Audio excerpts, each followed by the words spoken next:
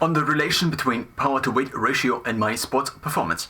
So now there are a few sports in which the power to weight ratio is one, if not the main constraint, it seems. If I am in a given form, then it depends very much on my daily power to weight ratio. Now this seems to fluctuate throughout the day.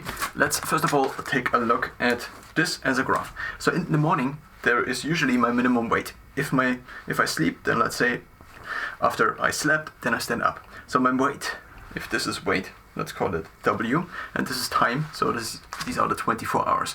Then in the morning my weight is usually minimal. Then I might hydrate, I might eat the first meal. So if I eat the first meal now, then the power to weight ratio is now calculated, but the power to weight ratio actually does not fit onto this graph. So first of all, the weight is minimal. Then I eat something, so let's first of all take a look at the weight and then discuss the power to weight ratio. Then I eat something, and so in the beginning it might already go up, but actually it is not like this, because in the morning usually I arrive here, and then the first visit to the bathroom brings me basically even lower. So I am basically fasted all night, and additionally then I get my weight lower by getting rid of basically food waste which is now in me. Then I get maybe about as equal with the first meal, and then I also hydrate. Now it might also be the case that one has the first bathroom visit in the morning, and of course it depends on whether the hydration and the food then counterbalances this whole thing. So if one now wanted to work out already with an ideal power to weight ratio, then it would make sense to work out fasted with basically the maximum power to weight ratio one, at least in my experience, or I at least in my experience, have in a given day. So within maybe the first 30 minutes of waking up, it would make sense to start the workout. Usually I can start as early as 30 minutes after waking up. There is also something else that coincides, which is the alertness, or the patterns of alertness. It seems to be the case that I have patterns of alertness and fluctuations that last for about 2 hours, sometimes a little bit longer, sometimes a little bit shorter. So again, if this is the day and I sleep, then let's just approximate basically my alertness, my overall alertness with the Garmin body battery, which is in the beginning of the day maximal. So if it is in the beginning of the day maximal, and then it fluctuates throughout the day, basically in these 2 hour cycles, then I also need to ideally in a workout be at a rise or a kind of maximum. So I would ideally work out in a fashion like this. And so if I want to work out in an alert fashion, but also with the maximal power to weight ratio in a given day, then this would be this point, basically either this point before hydration and before the first meal, or one can also say this point but with a little bit of hydration, which then would allow a little bit of hydration for the workout then, and for maybe something that is sweat. It depends, of course. What I've also noticed is that because my temperature in the morning, so basically my body is in the kind of best state in the morning. It is the most rested, and so my heart rate is also, my heart is basically the most capable, because there are no additional stressors, or the stressors have been kind of alleviated throughout the night. So there is no digestion going on, which might increase my heart rate by maybe 10 points or something like this.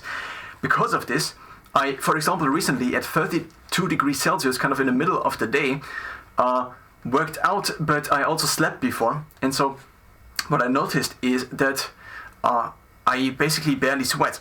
But nonetheless, I had a very good, basically I had the buffer. I had the buffer of kind of heat in me, so there was no additional heat created by digestion, for example.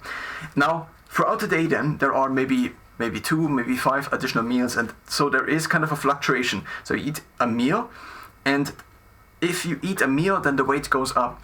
If you then wait for a couple of hours, then you might have the next bathroom visit, and then you might, maybe shortly after, it seems to be the case often, at least with me, you might then eat again. So there seems to be these cycles, and therefore the power to weight ratio also fluctuates. The power to weight ratio is usually then kind of at the optimal points throughout the day, after one has eaten.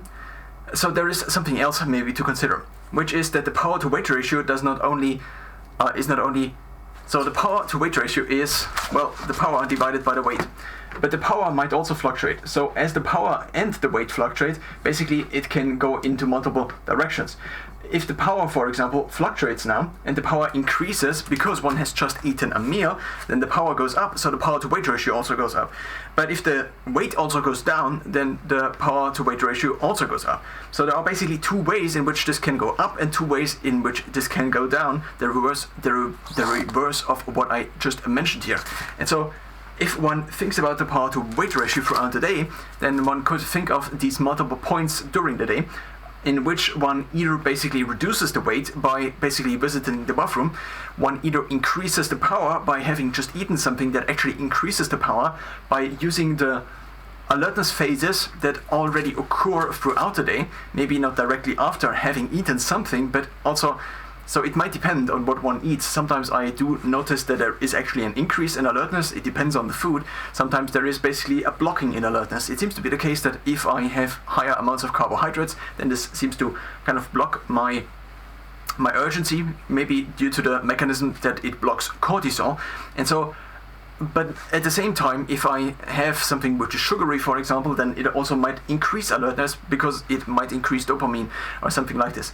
So there might be different pathways, and not pathways, but multiple mechanisms, not mechanisms, but waves throughout the day, which ideally then align. So in summary, one could say that the ideal point in terms of the power to weight ratio might be this, at least if one considers the weight to be the more important factor. And the weight is kind of the more important factor in the sense that one can control the weight more because one is at the minimum weight every day after one wakes up. At least if one has a somewhat stable it is to a certain extent the circadian rhythm, but it is not exactly what is meant usually by the circadian rhythm. And then throughout the day, of course, meal frequency and also the consistency of the meals, not necessarily the consistency, the makeup of the meals, the composition of the meals might fluctuate. It also fluctuates with me. On cardio heavy days, for example, my body seems to request more carbs, and so the frequency of these meals and also the frequency basically of the bathroom visits seem to slightly change. And on a day-to-day basis, maybe they have kind of a weekly pattern if I have a weekly consistent workout schedule and also activity, but that's often not so much the case, and it is way less controllable. The most controllable point, I think, is this in the morning, and then one has these additional points throughout the day. After one has maybe eaten, so the power increases, maybe it also doesn't increase, so maybe. But what seems to be the case in our sports that rely mostly on power to weight ratio. And now let's go through the sports which I'm currently doing on a weekly basis. Beginning from Sunday to ending with Saturday, I run, lift, do an interval workout, lift, do an air bike workout, lift, and do a circuit workout. So this is kind of my week currently. Now, there is also an additional thing, which is that the form of the workout seems to also be, to some extent, dependent on sort of form of the exercise execution, with cardio workouts being kind of the same exercise repeated again and again, seems to also be, to some extent, dependent on the gut volume. So if my gut volume if my gut is extended and I try to do squats properly, then I have kind of a problem that there is this big thing which is kind of in the middle between my stomach and also my legs, which would then move together. So there seems to be, in terms of the workout form, also the best form seems to occur when I have actually also this point in the morning. The same is true also for running, because the point of gravity seems to change depending on how much one has in the gut. And this could also be water, but this could also be food. And so with the minimum weight, I do notice in the morning that I do have a kind of different posture, and it seems to be way easier to have good posture, and it also looks way better in terms of how good the posture looks. Then in terms of the other sports, running. So first of all, running. For running, it seems to be kind of the most important, which is why I usually prioritize running as fast as I possibly can after standing up. So with running, the rule is kind of ASAP after standing up.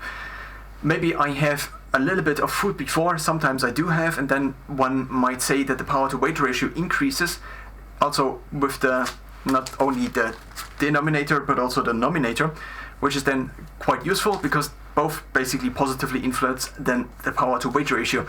Then with other sports, in swimming, for example, it would not make that much of a difference, so one might put more an emphasis on power. With lifting, it's also usually the case that I can lift more if I'm not in a so much fasted state. Now, there is also this other thing, which is if one is in a somewhat fasted state and one therefore does not have digestion going on, and therefore there are no carbs, for example, going into the bloodstream from digestion, then one has the problem that one has to rely on one's own sources. If one has to rely on one's own sources, then that seems to be sometimes kind of more work. Of course, it also depends on the macronutrient ratio and on the composition of the meals and so on and so forth.